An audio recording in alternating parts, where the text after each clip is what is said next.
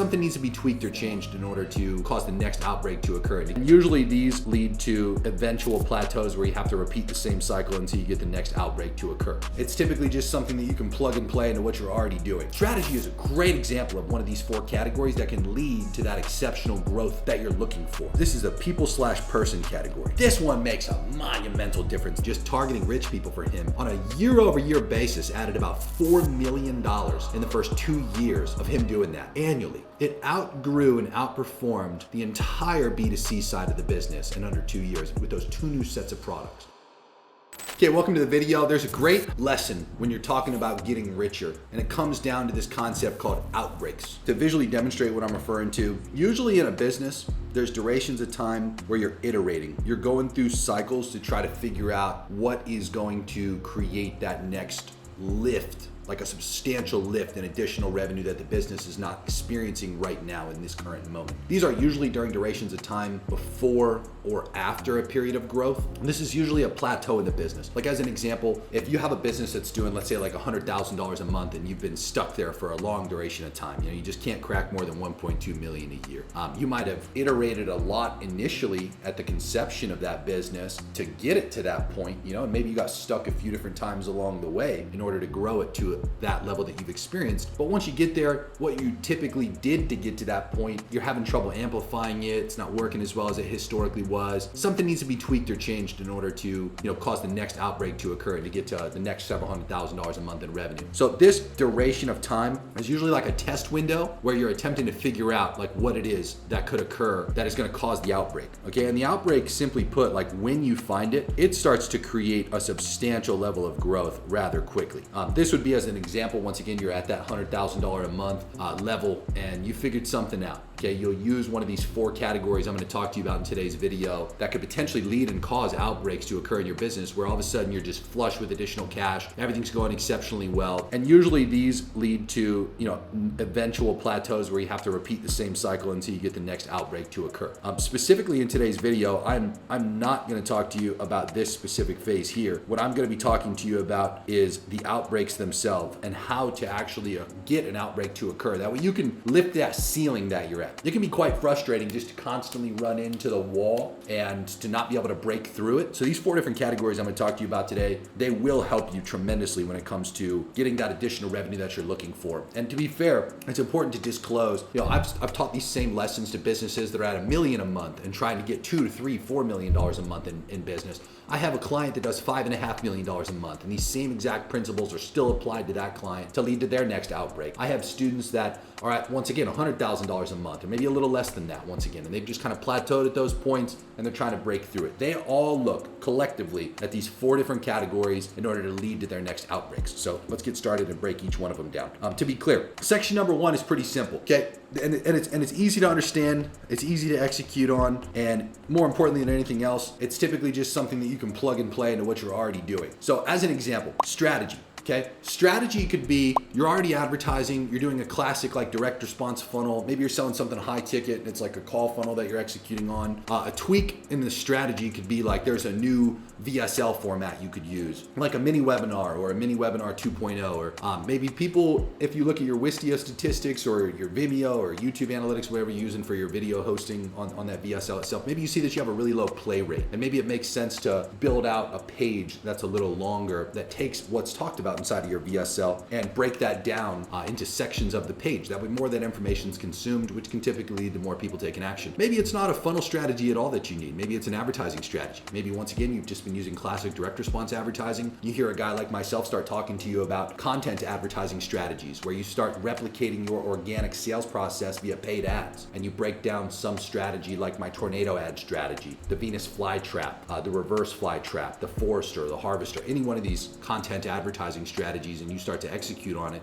and you start to see substantially better results from implementing a different strategy. To be clear, sometimes you have to go through a few different strategies, in an attempt to create that outbreak that we talked about initially together, okay? But to be fair, strategy is a great example of one of these 4 categories that can lead to that exceptional growth that you're looking for. Now, typically, it's important to note, okay, there's a few different ways that strategy could technically be applied. So number 1, you have funnel strategy. Funnels, you have ads. These are 2 of the most common marketing strategy types that you're gonna experience. Like funnel strategies could be like live webinars, challenge funnels, classic call funnels. Maybe you're running an e-commerce based business. It'd be like running to your home page versus a product category page versus a product lander. There's all kinds of different examples of, once again, what we could do on the website side of things in order to create a variance in strategy that could lead to an exceptional level of results. Ads, as I mentioned, content advertising strategies, direct response advertising strategies. Are you doing DM strategies? Are you doing lead forms? Are you doing, once again, website conversion based strategies? Are you incorporating content in any of that? These are examples of huge differences. Sometimes, as an example, there's sales team strategy. So let's use the example that your salespeople have been, relatively consistent, right? That's the thing when it comes to these windows is things are consistent. It's not like things are going bad, but you're just getting little ups and downs. I mean, you're just not getting a lot of good stuff. You're going through a duration of time where you just haven't experienced a monumental amount of growth in a while. So those aren't necessarily bad times. So I don't want to make it sound like things are going bad with any of these specific categories, okay? That's not my intention. My intention is to help you understand that sometimes just shaking things up can lead to variance, which can cause outbreaks. So if your sales team's doing all right, an example of some things that might lead to some additional results are increasing the level of accountability you have with your sales team, increasing the amount of training that you're doing with your sales team. Maybe you implement a better structure where they have morning meetings, a certain amount of training videos they need to consume prior to coming in to the office or taking calls that day, role playing collectively in the mornings.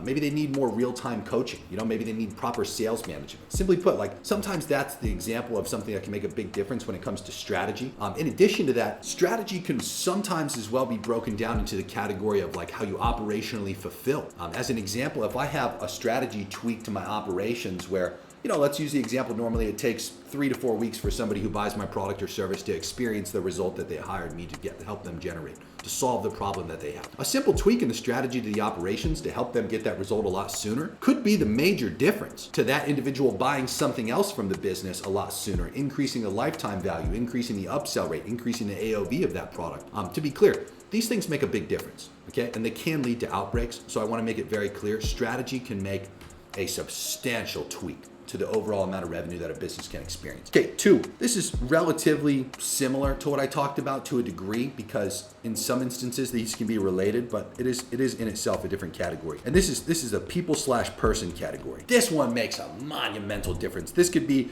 like the new marketer that you bring in. This could be like simply put, this is the new hire, right? New salesperson, new sales management, new operational partner, new referral partner. So there's all kinds of examples of, the right people that you bring into the business that all of a sudden are making huge differences, okay? These typically generate instant, big difference in results, okay? So as an example, we had a recent client that was referred to us. This is a big brand and she does 100 million impressions, okay? 100 million impressions on a month-over-month basis organically. She had a paid advertiser and the paid advertiser could not get her paid advertising revenue above $200,000 to $300,000 a month. Just couldn't crack that ceiling. Now, when people bring us in, okay, no matter what the niche is, we're usually the big dog. We're who is brought in when they're tired of only doing a couple $100,000 a month and they want to start cracking 7 figures a month, okay? That's usually our role as a marketing agency when we get brought into somebody's business, okay? And we have a lot of different ways to be able to make that happen. And some of those ways, just to point them out, are, we'll change up the funnel strategy that's happening, we'll change up the advertising strategy that's happening, and in some instances, we'll even encourage sales team tweaks, best practices. We have all kinds of stuff that we can immediately implement to help generate a result. But in this case, it's important to understand, once again, I'm simply coming in and I'm doing different things than what the previous people were doing, and I generate instant big differences in results. Like overnight, you can tell, okay, this is a great person to bring into the business, okay? A lot of stuff is different, a lot of things are happening, there's a lot of movement, there's a lot of momentum that immediately occurs when you bring in the right individual. Sometimes this is a new salesperson where instantly, this new hire that you bring in has a higher show rate than everybody else, a higher close rate than everybody else, the morale of this individual is exceptionally high, so they start to lead everybody else in the sales organization to have higher morale, higher close rates, higher show rates. Sometimes the new hire just kind of makes everybody else look mediocre or average, so it raises the bar collectively for the rest of the organization and the rest of the organization and people within that department that you hired in. Or sometimes the entire company benefits as a result of this. But most of the time, to be fair, it's like the people that immediately are around that individual are usually the ones that benefit most in an increase in performance from them as a team, okay? But to be clear, sometimes it's a new referral partner. To be clear, the new referral partner makes a big difference. I had a student recently, he's been in my inner circle for a long time, and he has all the best practices. He knows what to do. He knows to do video pitches consistently, value-driven follow-up. He knows how to position himself as an expert. He's a really smart guy. He's advanced a lot. Believe it or not, he started it off way back in the day when he first started with me and he hired me as a mentor. He was in his mom's basement, and he was a young guy, to be clear. We're not talking about like an older loser. This is just a young guy, literally hired us to help him advance rapidly. Okay, so he goes from his mom's basement to doing like maybe 20 to 40K a month, give or take the month. And he's, like I said, going through the same set of problems. He's going through that iteration phase where things are very similar and he's trying to create the breakout. And come to find out, for him, he gets a new referral partner that starts just throwing him deals he would never otherwise get. I mean, referral partners essentially make every deal that comes your way a laydown deal. Their word and their trust and their credibility and authority transfers to you when that person says, hey, go work with this guy, go work with this girl, okay? To be clear, this guy goes from 20 to 40K a month. He's all of a sudden cracking 50K a month. He's on pace to do more than 100K a month here in like under a few months. That's an example of an outbreak, okay? He's experiencing the iteration cycles, and now he's experiencing the boom of the situation. And it comes from one thing. It comes from the new referral partner in this case. To be clear, new operational partner or just new operations in general, this makes a big difference. I remember way back in the day, this is like when I first started my marketing agency, I had so much stuff to do. I mean, there were so many different like clients that we were delivering for, services we were selling at the time, so much stuff going on. And to be clear, I ended up bringing in a COO. I ended up hiring an operations person. Now, it wasn't the COO, believe it or not, who had any kind of real impact like what I'm talking about here. The COO did not lead to the outbreak. However, the COO referred a project manager, and the project manager, that was the person that made all the difference. All of a sudden, everything was highly efficient. Okay, everything was getting done faster, everything was getting done easier. It took a tremendous load of communication off of my plate. Instead of having to communicate with everybody within my organization, I all of a sudden didn't have to do any of that. I was able to communicate with one person who was communicating with everybody within the organization. That cleared up a tremendous amount of stress and just overall time off of my plate that allowed me to go focus on more revenue-driven actions, which led to an outbreak. Okay, to be clear, operationally, there's a lot of burden, obviously, that comes from like time and effort that's required in an effort to become efficient and become highly effective at the same time at delivering the result that people are hiring you to help them with. And that right person coming in, once again, for me, it was a project manager that made all the difference, okay? And in other instances, it's important to note, sometimes it can also be a mentor. I've had people in my life that it's one piece of advice, or it's an ongoing set of advice that I get, or an ongoing set of perspective that I get from an individual that just makes all the difference. Sometimes you hire somebody to teach you, to coach you, to mentor you, to just give you that advice or guidance. Sometimes you don't have to hire them. Sometimes you just meet them out in the wild and they're willing to give you that type of advice and guidance, at the burden of their time. And to be fair, I've seen tremendous outbreaks. Also, as a person who's a mentor myself, I've created tremendous outbreaks for people, just not even from doing stuff, just from, once again, mentoring, giving advice, giving perspective. So these are all the things that you really got to consider when it comes to outbreaks, as the people / once again, the right people or the right person in your life can make all the difference as well. To be clear, for me, one thing that I commonly see amongst my clients and students that can also make a big difference, and this comes from working with marketing agencies, this comes from working with clients that are like in the personal brand info product space, this comes from working with people that we help raise capital for. This comes from like service-based businesses that are expanding into different niches. I've seen it all. And to be clear, a niche can make a tremendous difference. Okay, I'll give you an example. One time we had a landscape. This was a landscaper that was already doing 8 figures. They were at like $11 million a year. To be clear, they were throughout Atlanta and all the different suburbs throughout Atlanta and nearby regions in Georgia as a state here in the United States. And once again, their main niche was essentially just anybody who would hire them. I mean, they did a lot of residential work for pretty regular houses. I mean, there was nothing crazy going on that I would consider an outlier in what they did. It was more so just the run-of-the-mill, $250,000 to $500,000 house, and he just expanded horizontally quite well. He had lots of trucks, he had lots of workers, and he had a huge recurring revenue source coming into the business. Now, to be clear, there's a few things that we helped him do when it came to the niche, okay? And I want to use this as an example because it was a very well-rounded example for all the different things you could do. Number one, I had gone to Beverly Hills many times. I'd split lived in Beverly Hills when I was first starting my marketing agency in like late 2016, 2017. And one thing that always blew my mind about Beverly Hills was every single road has different trees, okay? Believe it or not, every road in Beverly Hills has a different type of tree, and it's beautiful, it's amazing. And the homes in Beverly Hills have some of the most well-manicured landscapes I have ever witnessed in my life. I've seen very few places on earth that come close to competing with the landscape quality that is inside Beverly Hills. They have trees that are shaped like gumdrops. They have bushes that are 30 to 40 feet tall that are perfectly cubed and squared and just level. They have, obviously their lawn's perfectly manicured and it's not fake grass. They have some of the most beautiful flowering trees perfectly put in different positions. I've gone in homes out there that the entire home is built around a massive olive tree. There's just an incredible amount of beautiful luxury landscaping that happens inside of that community. And one thing I told this 8-figure guy, was, well, how many rich homeowners are you working with? Or how many commercial businesses are you working with? What's like the average order value of the people that are paying you on a month-over-month basis? And like I said, most of the guys' homes that he was working on and doing these landscaping jobs for were just average homes, Like I said, give or take the suburb throughout Atlanta, regular homes in the United States are like $200,000, maybe $400,000, give or take the community and where you're at. But the nicer parts of Atlanta, he wasn't really accessing. He didn't really see it as an advantage because there weren't as many nice neighborhoods. And I told him, I'm like, look, man, you're misunderstanding it.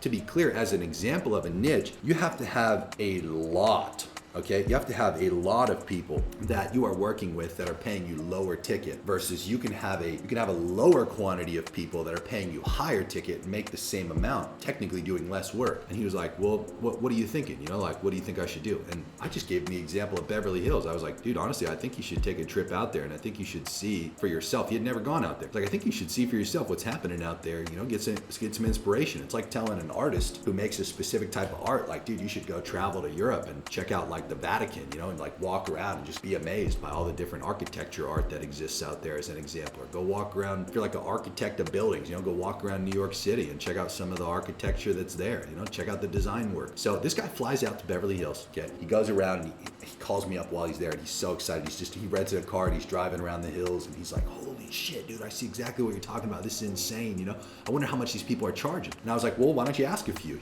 secret shop a few of their businesses and ask around and see, get an idea of how much they're charging and articulate yourself as a homeowner and make sure you pick a road that actually exists because they probably know it well. There's not that many up there that are nice. And, try to articulate yourself as a homeowner and tell them you have 30-foot bushes that you want. Tell them you have some general, landscaping requests and the terminology, figure it out and get pricing. So his average job that he was doing, give or take the month, was about $300 to $600 per month that the average homeowner was paying him. Some even less than that. But his average was, give or take the neighborhood once again, about $300, $600. Now, calls me up again 2 days later while he's still on this Beverly Hills trip and he goes, dude, you won't even believe this. He goes, these people are paying more than most people's mortgages throughout Georgia. And I was like, how much are they paying for landscaping? He goes, dude, I was getting quotes for $5,000 to $15,000 a month, give or take what it is that I wanted. And I go, why do you think it was so expensive? He goes, well, to be fair, some of it was based on, the treachery that they had to deal with, being 40 feet up on a ladder, perfectly manicuring a bush, or shaping a tree a particular way. There's just a lot of risk or additional tools or heavy equipment that's required to do some of these things, specialized equipment. There's just a lot more risk, simply put. Some of these homes are on the edge of a hillside, almost a cliff to a degree. He goes, so they have to factor that kind of stuff in. Some of these plants and trees and things that they're importing are full grown. They're not planting small trees like we are from local nurseries. They're importing full grown trees and transporting them via planes and boats and containers, and once again using semi trucks and flatbeds to be able to deliver the trees to these people's homes, and then heavy equipment like cranes to be able to plant them. He's like, I never considered any of this stuff as possible. And, as an example, right, this guy was used to selling to regular people. I encouraged him. I said, look, you need to sell to rich people, okay? Rich people can make a tremendous difference to the amount of revenue that you're going to experience. And it clicked for him perfectly when he went out there and experienced it for himself. So he comes back and immediately, he starts not just calling on the different homeowners and doing marketing campaigns towards these different homeowners. We start running Facebook, Instagram ads, Google ads. We also start doing mailers with direct response advertising via mail. In addition to that, he actually sends some of his people out door to door. And because he got it, it officially clicked, he was able to speak their language. And this is a huge difference in being able to approach this type of market. He was able to go to them and take these incredible concepts to beautify these people's landscapes and give it to them for a relatively competitive price in comparison to there was nothing like this that existed. That's what he found out as well, is there's nobody doing this inside of that specific market, and this is a huge opportunity for him. This specific niche is an example of just targeting rich people for him on a year-over-year basis added about $4 million in the first 2 years of him doing that annually. So he was able to go from, give or take the first year, I think it was a little over 1.5, if I'm not mistaken, it was like 1.6 mil that he was able to add in the first year to his recurring revenue, which is great. To be clear, it's a little more than 100K a month the guy was able to add to the business. It was like 120ish or 130K a month, I think. And then the following year, to be clear, he got that shit all the way up to like 400K a month from what he was making off of these rich homeowners. And he's still expanding from there. So my point is an example, what caused his outbreak wasn't going to be, okay, I'm going to go from Georgia to the Carolinas or Louisiana or these other states. No, that could be the solution, to be fair, but that's a very cash intensive, long cycle, for him to go through, versus what caused the outbreak was just taking everything that he's currently got available to him, the exact same people, the exact same equipment, the exact same markets, and just, once again, picking a different demographic of people to sell to. As a niche, it led to a tremendous outbreak for his organization, which was huge. To be clear, at the same time, what he also chose to do outside of just using rich people was he didn't have a lot of commercial jobs. So to be clear, rather than just doing the residential work that he was doing previously, he chose to expand as well to commercial businesses. I've seen this not just in landscaping, I've seen this in roofing, I've seen this in asphalt contractors, I've seen this in a lot of service-based businesses. In some instances as well, we've seen this with e-commerce stores. We had a client, they had a red light panel business. So red light therapy is an entire niche inside of the health and wellness space. There's a lot of health claims associated with red light that I won't sit here and distill to you. I'm not familiar with every one of them, but there's a lot. And long story short, he was typically selling B2C, so business to consumer, and he had his entire e-commerce business dedicated to selling to just the end consumer. And his AOV was pretty good. His AOV was about $1,100, so he had a relatively high ticket e-commerce product that he was selling to people. Now, to be clear, this didn't lead to outbreaks for him though. When he was just consistently selling B2C, technically what he was experiencing was he'd try some new products. I remember he had different sized panels. He eventually created smaller panels for very specific treatments, like skin tightening was one of the claims as an example that they would make. But these things didn't lead to outbreaks. These things essentially just led to consistent, plateaus in revenue with plus or minus tens of thousands of dollars, nothing crazy. And one day I told him, I was giving him the examples of, well, dude, you should tap into commercial businesses. Have you ever thought of going B2B with some of this stuff? And he was like, well, first of all, who would buy it? There's a good set of questions that are usually in between you and an outbreak, okay? And when those questions come up, the more aggressively and faster that you answer and work through those questions, the sooner you could potentially get to the outbreak that you're looking for. So to be clear, he starts going through the process and trying to figure out some answers that he was looking for how he could get these products in the hands of commercial businesses. And there's one product in particular that he ended up conceptualizing, and it was a red light therapy infrared sauna, okay? So he ended up making this wooden box looking thing. Okay, it was like a vertical wooden box with a door on it, and it just had a ton of red light panels in it. The floors, the ceilings, the walls. I think it even had some of the door itself. And this is a relatively narrow box. You couldn't be heavier set and fit into this thing. It wasn't built for that. It's it had a seat in it, to be fair, but he intended, and he even had a version of it that was you just go in it and stand in it. He ended up making an infrared light bed.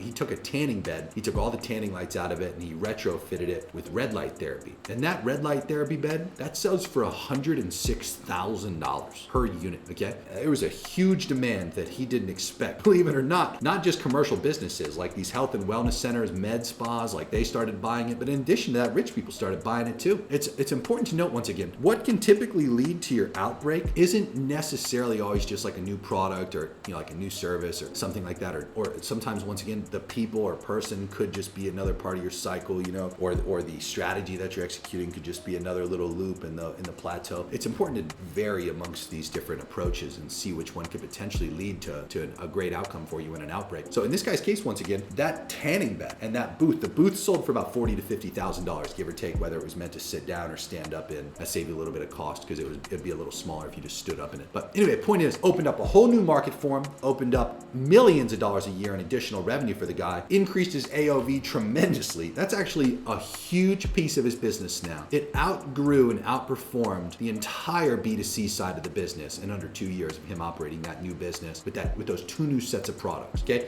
now he consistently attempts to iterate and try to find additional products that can be sold to the B2B businesses and to rich people, to be fair, rather than just focusing on what historically he had his attention tied up in. Okay, to be clear, the fourth and final thing that can lead to outbreaks that I want to make sure you're aware of is the offer. Okay, a lot of businesses are selling the same things they've historically sold, and it's fair to continue to do so because per usual, everything's going fine. You're at a plateau. You're kind of almost afraid to change things when you're at a plateau because you don't want things to go down, which can happen when testing. Obviously you want to maintain what you've got to a degree, and you can kind of get stuffed into just continuing to do that behavior. It's important to test new offers occasionally. So I had a client recently. We got this guy's business with the help of him and his entire staff, of course, all the way up to $22 million a year. He got bought out by a private equity business. Okay, and the private equity business ended up, believe it or not, running the business into the ground, and they gave it back to him. So he calls me up after he gets the business back, and he was like, dude, I got to get this thing going again. And he ends up getting it back to $1 million a month. So he ends up getting it back to about $12 million a year, and he wanted to get it back up to $2 million plus a month. Okay, so he contacts me again when he managed to get it back up to about $1 million a month, to be clear. And the offer that this guy has is consistently sold to a specific demographic. Now, he's a very well-rounded business person in the information product space, but he sells to a very, very, very specific demographic with a very specific offer. Now, he calls me up one day and he's like, I'm thinking, I see all these other guys that are just, I don't know, they just seem like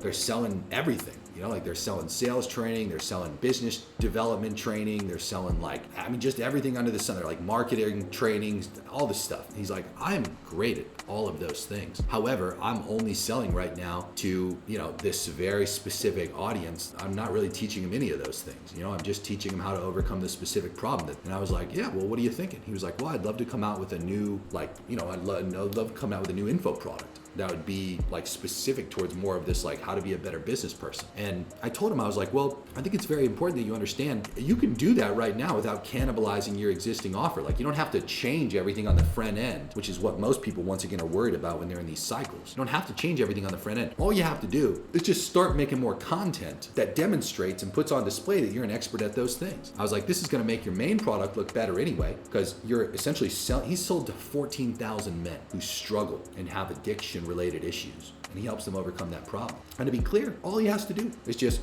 go out there and film additional content that doesn't necessarily have a lot to do with addiction, but just, once again, puts on display that he knows about business, that he knows about marketing, that he knows about sales, that he knows about operations, that he got bought out by a private equity firm. Just put his expertise on display. This is not going to make him look bad in any way, shape, or form. If anything, it's going to make him look good for his main offer that he already sells to. Because the people that are buying from him for his main offer, they want to learn from a man who's well-rounded and who's overcome the specific problem that they're struggling with their addiction. So to be clear, there's nothing that cannibalizes his existing offer when he does that content. If anything, it just makes him look better. And he was really convinced that he needed to sell that new offer on the front end. So it's important to understand the new offer can be tested with existing customers first. Okay, and this is an important distinction that helps you test things before you just go front end with them. Okay, so in this case, I tell him, I'm like, look, come up with the products, iterate on them and sell them to the people that you're already working with,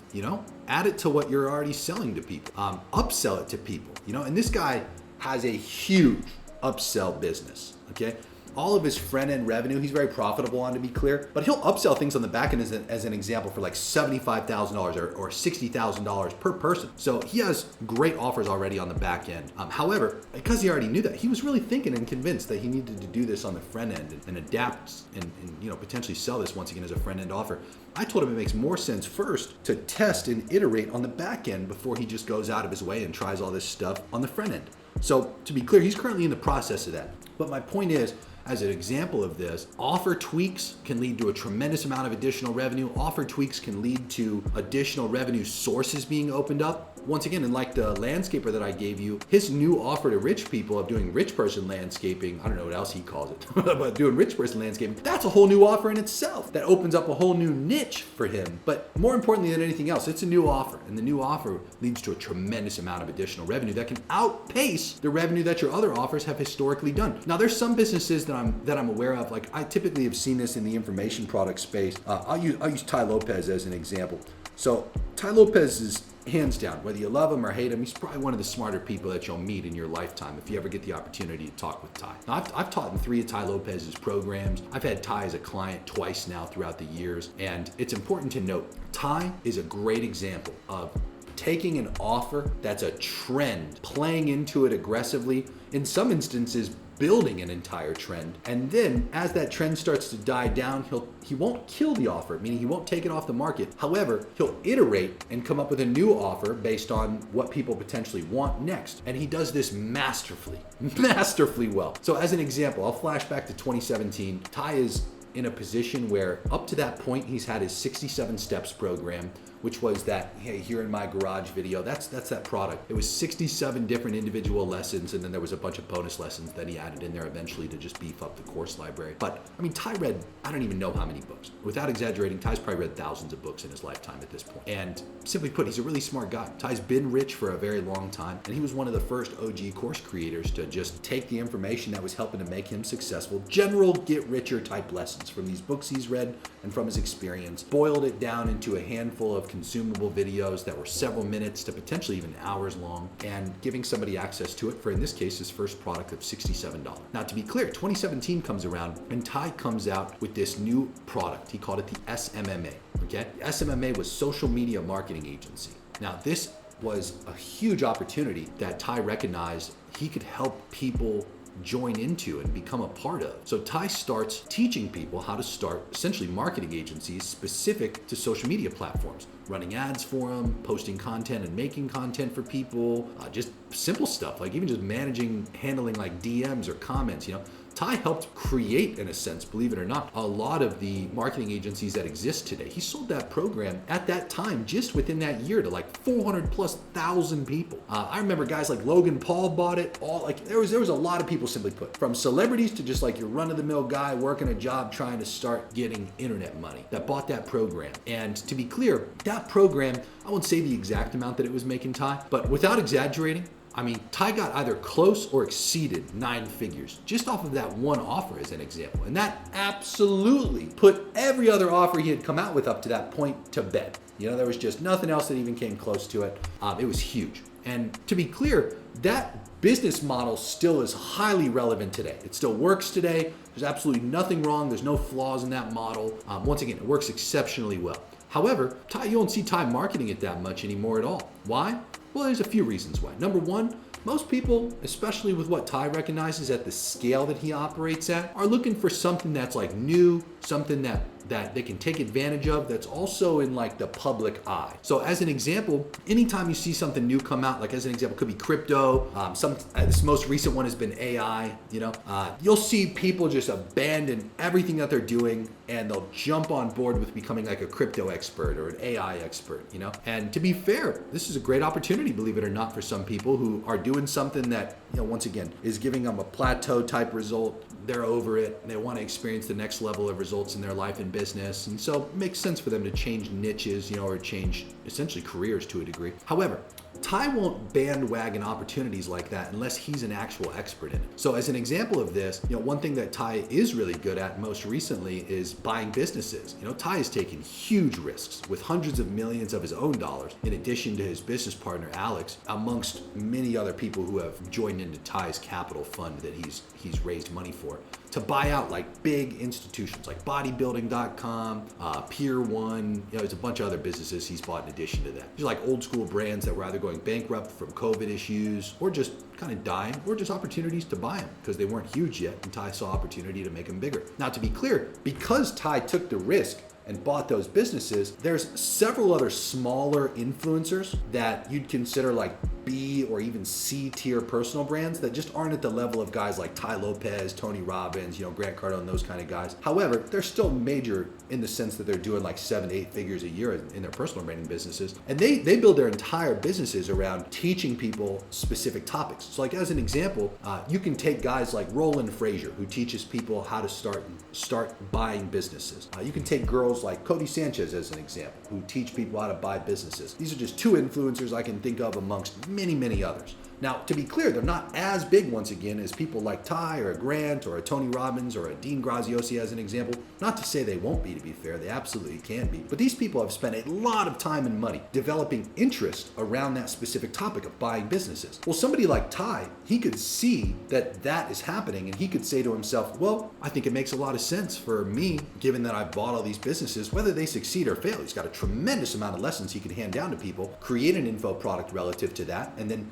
bring in a bunch of other experts who can also teach within that program, and then turn around and sell that. That's exactly what he did with the SMMA. He noticed that he himself had an internet-based business where he considered himself a social media marketer. He saw a huge opportunity where every business recognized, okay, I need to start advertising on social media. I need to start taking social media serious. I need to start posting organically. And he just simply said, I've got the expertise for that. I also know a bunch of people who already do that and also have expertise for that. I'll put together a program, tie it together with this public niche that is highly interested in this topic right now, and boom, got a huge opportunity with a new offer to make a tremendous amount of additional revenue. Like I said, with the buying businesses thing, that's another great opportunity for Ty. He's already got that expertise. He obviously knows a ton of people as well that could do that. And in addition to that, there's a growing quantity of people out there that are also interested in that topic.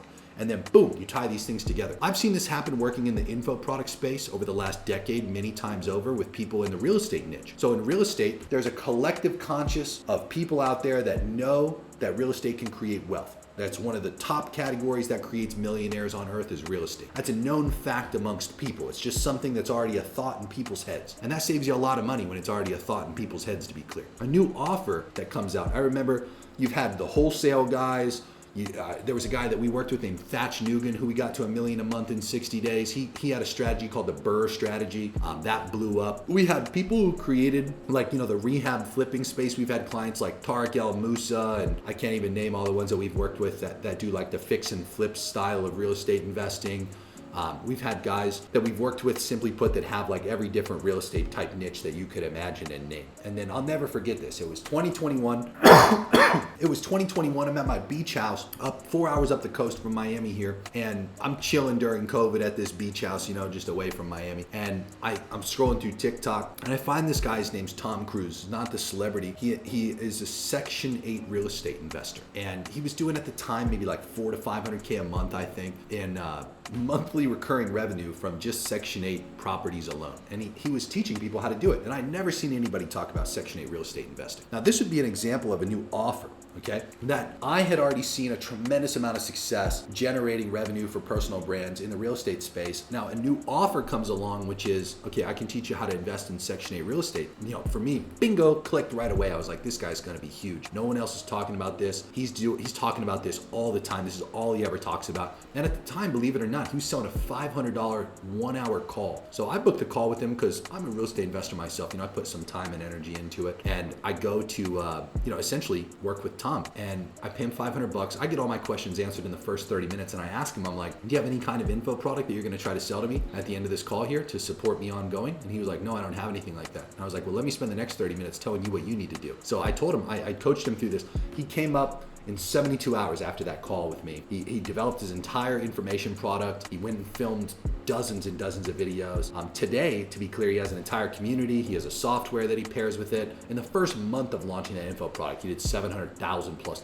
And to be clear, not to just put Tom's business out there, I won't tell you what he makes today with it, but Tom does exceptionally well with his information product. And it's important to note that, yes, a new offer like that inside of a niche that already has a lot of offers where there's I don't even know how many people that teach wholesaling or fix and flipping or the Burr strategy or commercial real estate. There's all these individual investors that essentially compete against one another in the course creator space, versus when I saw Tom with a new offer that nobody else was talking about, just bingo, that's going to make a ton of cash. So anyway, moral of the story, it's important to note, like guys like Tom Cruise, guys like Ty Lopez as examples, these guys have mastered the art of like essentially capitalizing on new offers and in different ways. So my point is, in your business, in some instances, all you got to do is just come out with that next thing that you've been thinking of or that you've been pushing off or that you see somebody that you're competing with already doing that just makes sense to do. However, it is important to note, I'll give you a good example. Like I have my Inner Circle program. Okay, so my Inner Circle program, I charge people $2,000 a month currently. Whenever it gets more full, by the way, we raise the price. So I don't know at what period of time you're seeing this video, but at the time I'm filming it, it costs $2,000 a month. I do masterminds every quarter here at my house. So 4 times a year we do masterminds at my house. I do weekly calls where I teach lessons for about an hour. We take requests from the group and then I just teach them things to help the rich people get richer. And in addition to that, we do twice a month one-on-one calls, and we have a big group chat full of all of us. And it's really cool. Everybody in there is doing exceptionally well and they're just trying to do way better financially. And there's an occasional student who will come in there, and I'm very transparent with it. I tell them, I'm like, look guys, this doesn't make me more than like maybe 5 to 8% of my revenue per month. I do it because I genuinely enjoy helping rich people get richer. Like you guys intimately sharing your problems with me helps me stay tapped in at the highest level to what highest level people are dealing with and struggling with, which makes me better as a marketer, salesperson, expert, business owner, etc. I get a lot more. I've as an example, just from association with people in my group, made more money in different activities like trading as an example. One of my students was doing $400,000 a month trading. He taught me how to trade. I started doing it. I've managed to pull a good amount from that as well. But my point is like, I tell people, I'm like, guys, this doesn't make me all my money. This doesn't make me even remotely close to all my money. This makes 5 to 8% of what I make in a month. And long story short, don't get sidetracked by that. However, I'll get an occasional student that comes in and they think, I don't know what they think, to be fair, I don't want to put thoughts in their head, but they must think it's doing better than what I'm articulating it as. And they don't understand the amount of time and effort that's required to put masterminds on 4 times a year, let alone to do all the one-on-one calls and things like that I do in that group. And I had a student just recently, who was a part of it. He was an agency owner, he was trying to start an education company as well. So he created his own version of, like an Inner Circle type program. He starts doing masterminds 4 times a year. He starts doing these one-on-one calls. And I am intimately working with some of the clients that his agency was also working with. This guy in particular handled some Google AdWords stuff and some YouTube ads. And dude, this guy's agency imploded. No exaggeration. Like almost every client the guy was working with fired the guy. And not for any other reason than the guy just stopped being able to generate him results. He took all of his time and attention off of the marketing agency, which was what was making him all of his money, and he put it all into the wrong offer, which was this version of his Inner Circle program. And that cannibalized his main revenue source. And it led, instead of a plateau, it led to the opposite, which was a huge loss in revenue. I mean, the guy had to move back in with his parents as an example. It is not a good scenario. So to be clear, it's also important to note that, sometimes you look at people that you think, you're competing with or that you're inspired by, and you see what they're doing and you try it yourself and you're like, holy shit, like this isn't going well for me at all. You have to be able to bail and abandon those things when and if that occurs, God forbid, and go back to what was working. You have to be able to repeat successful actions and just stabilize the revenue of your existing business. Don't ever cannibalize the existing revenue for any one of these specific 4 categories. The point of this is to create outbreaks, not to create downfalls, okay?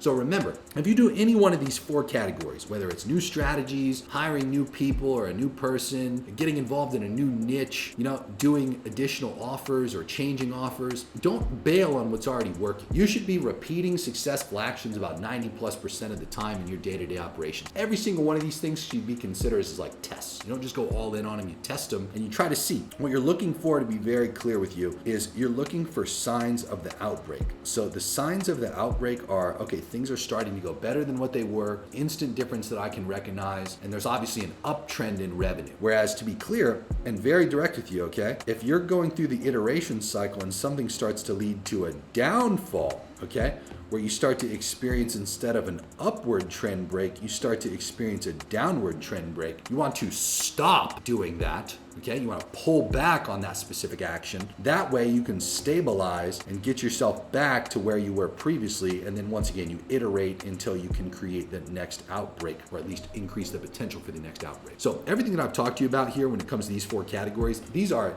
the 4 categories that we consistently look at whenever we're trying to create outbreaks. They should help you tremendously well. And to be clear, if you like videos like this, do me a favor, like, subscribe. To be clear, I'll shamelessly plug myself here. I'm all about helping rich people get a lot richer. If you want the real meat and potatoes, the anabolic steroid version of all the lessons that I can hand down to you that I assure you will make you a lot more money than the free stuff on my YouTube, join into my Inner Circle program. Be a part of a group of rich people trying to get richer. And to be clear, there's minimums that you gotta have to be able to qualify to get into it, and we're very serious about those requirements. So when you go through the application process, there's a link in the bio there. Just fill that out accurately so we can assess things properly. We'll get on a call with you, answer your questions, you'll answer our questions, and if it's a good opportunity, we'll welcome you in happily and get you a part of the group. So if you got any questions, you got any video topics, I'd appreciate you guys commenting those as well. I'm happy to help you guys in any way, shape, or form that I can. And per usual, like, subscribe, and go watch some other videos, and get richer.